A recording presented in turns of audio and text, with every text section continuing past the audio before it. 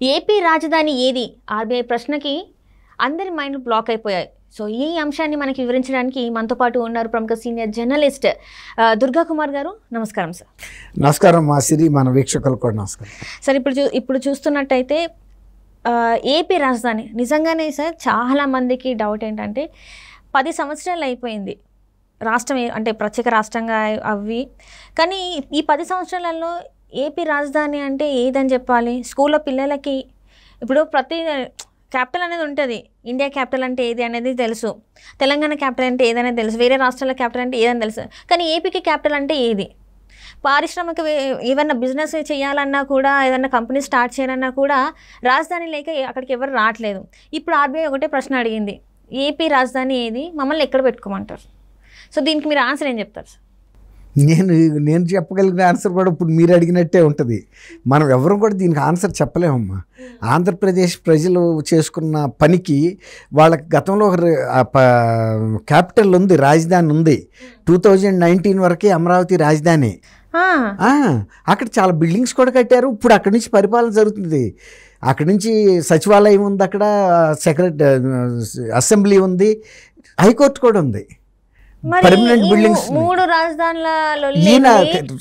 ఈయన జగన్మోహన్ రెడ్డి గారు ఎన్నికైన తర్వాత తీసుకొచ్చిన సంక్షోభం ఇదంతా, ఈ 3 రాజధానులు పెడతాను, 3 ప్రాంతాల అభివృద్ధి అవుతుందని ప్రజల్లో ఒక డివిజన్ తీసుకురావడానికి వేర్పాటువాదం. అప్పుడు కనుక తెలంగాణ ఆంధ్ర ఐస్టేషన్ వచ్చినట్టు ఇప్పుడు ఆంధ్రప్రదేశ్లో కూడా వేరు కుంపట్లు పెట్టించడానికి ఆయన పొయ్యిలు పెడుతున్నాడు. 3 పొయ్యిలు. ఏంటి, మన న్యాయ రాజధాని ఏమో కర్నూలు, పరిపాలనా రాజధాని వైజాగ్ పెట్టాలని ఒక ప్రతిపాదన పెట్టాడు.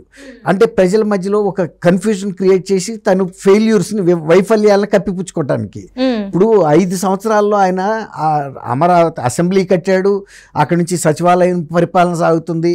అయినా కూడా జగన్మోహన్ రెడ్డి గారు ఆ రోజున చంద్రబాబు నాయుడు గారిని ఇంకా ఇవన్నీ గ్రాఫిక్స్, అక్కడ 15 అంతస్తుల భవనాలు కూడా ఉన్నాయి, క్వార్టర్స్ ఉన్నాయి, అసెంబ్లీ అదే ఐఏఎస్ ఆఫీసర్స్కి, జడ్జీలకి, హైకోర్టు పర్మనెంట్ బిల్డింగ్ ఉంది. ఈ 5 సంవత్సరాల పరిపాలన అక్కడి నుంచే సాగించాడు ఈయన. కానీ అమరావతిని మాత్రం ఆయన రాజధానికి ఒప్పుకోవట్లా. అమరావతిని అది ఒక 3 రాజధానిలో ఒకటి, అది శాసన రాజధాని అంటాడు. ఇప్పుడు మీరు అన్నట్టు కేంద్ర ప్రభుత్వ సంస్థలు ఏమన్నా మేము ఎక్కడ కట్టాలి అంటే వీళ్ళు సైలెంట్గా ఉంటున్నారు.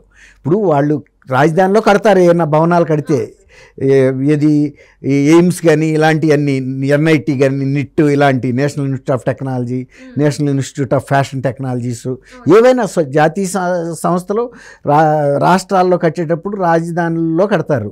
తర్వాత ఆర్బీఐ కూడా అన్ని రాష్ట్ర రాజధానుల్లో ప్రాంతీయ కార్యాలయాలు ఏర్పాటు చేస్తుంది. ఇప్పుడు ఆర్బీఐ అడిగింది, ఒక్క ఆర్బీఐ కాదు, ఇంతకుముందు ప్రజలు కూడా అడుగుతున్నారు, రాజకీయ కేంద్ర ప్రభుత్వం కూడా అనేక విభాగాల వాళ్ళు ఇక బిల్డింగులు కడతలా ఈ కన్ఫ్యూజన్కి. ఇప్పుడు వీళ్ళు సచివాలయంలో, ఇప్పుడు ఆంధ్రప్రదేశ్ ప్రభుత్వం కూడా ఏ రాజధాని అనేది ప్రజలకు చెప్పటలా. కానీ పార్లమెంట్లో ఎవరన్నా ప్రశ్నిస్తే ఆంధ్రప్రదేశ్ రాజధాని ఏది అని, కేంద్ర ప్రభుత్వ మంత్రులు మాత్రం ఆంధ్రప్రదేశ్నే రాజధానిగా చెబుతున్నారు. వాళ్ళ దగ్గర అధికారికంగా రాసినది అమరావతి, కానీ ఈయన ఒప్పుకోవట్లేదు. జగన్మోహన్ రెడ్డి ఒప్పుకోడు, దాన్ని అసలు ఆ మాట ఉచ్చరించడు.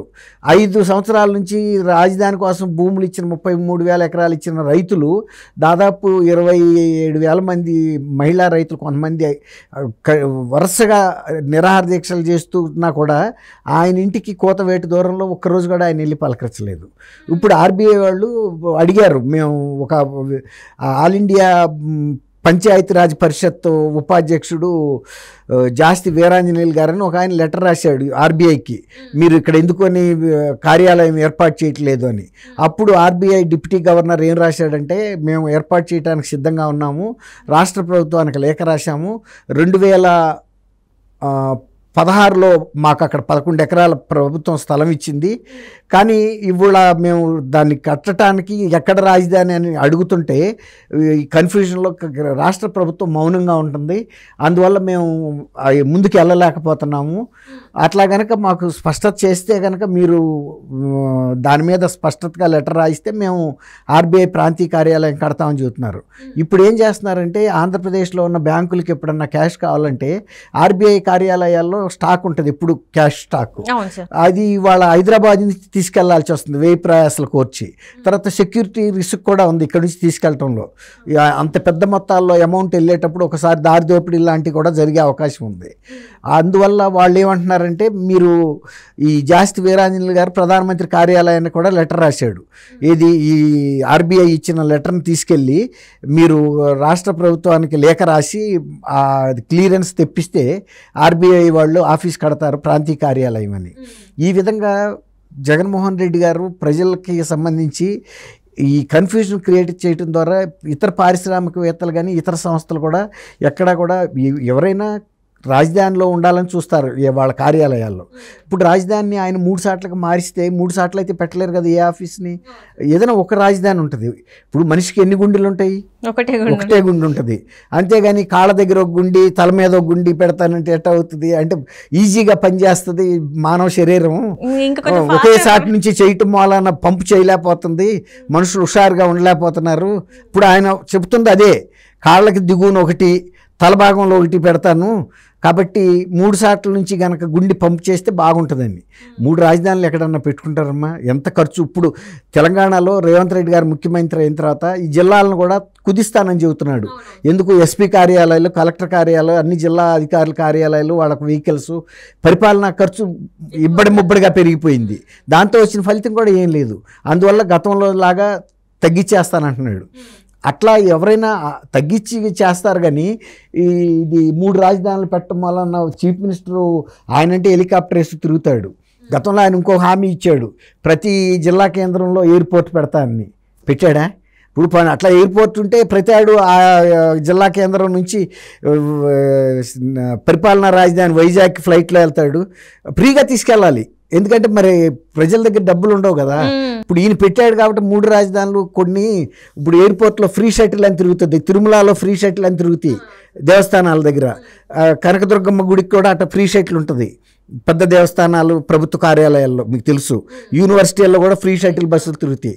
అట్లా ఆయన ఫ్రీ ఎయిర్ షటిల్ సర్వీసెస్ పెడితే పర్వాలా, తొందరగా వెళ్ళిపోయి మళ్ళీ సాయంత్రానికి ఇంటికి వెళ్ళిపోతారు. ఏ ప్రాంతం నుంచి వచ్చినాడు ఆ ప్రాంతం.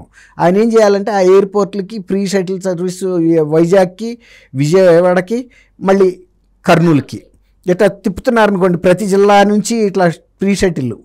కొన్ని కర్నూలుకి పెట్టాలి కొన్ని ఫ్లైట్లు, కొన్నేమో శాసన రాజధానికి ఇటు, కొన్నేమో పాలనా రాజధానికి. అట్లా చేయగలిగితే బాగుంటుంది. కానీ ఒక వ్యక్తి అన్ని దూరాలు తిరగాలంటే కష్టం కదా. ఇప్పుడు ఆయన కడప జిల్లా వ్యక్తే వైజాగ్ వెళ్ళాలంటే ఎంత కష్టం. ఆయన అంటే స్పెషల్ ఫ్లైట్లో అయినా వెళ్తాడు, హెలికాప్టర్లో అయినా వెళ్తాడు.